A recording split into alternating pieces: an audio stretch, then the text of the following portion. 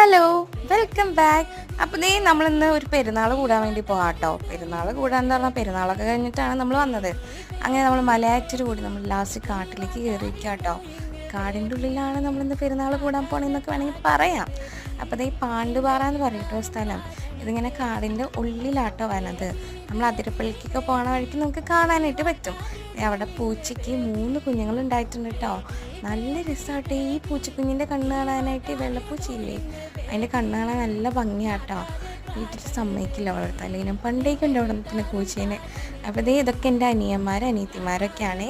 അപ്പോൾ ഒരുത്തൻ എനിക്ക് പശുവിനെ തൊടണമെന്ന് പറഞ്ഞപ്പോൾ അതിനെ പിടിച്ചു തന്നതാട്ടോ. നമ്മളറിയാത്തവരെ കാണുമ്പോൾ അവർ ഓടുമല്ലോ. ഇവരൊക്കെ വന്നത് കാട്ടിൽ നിന്ന് തീറ്റ കഴിഞ്ഞിട്ട് കയറി വന്നതാട്ടോ.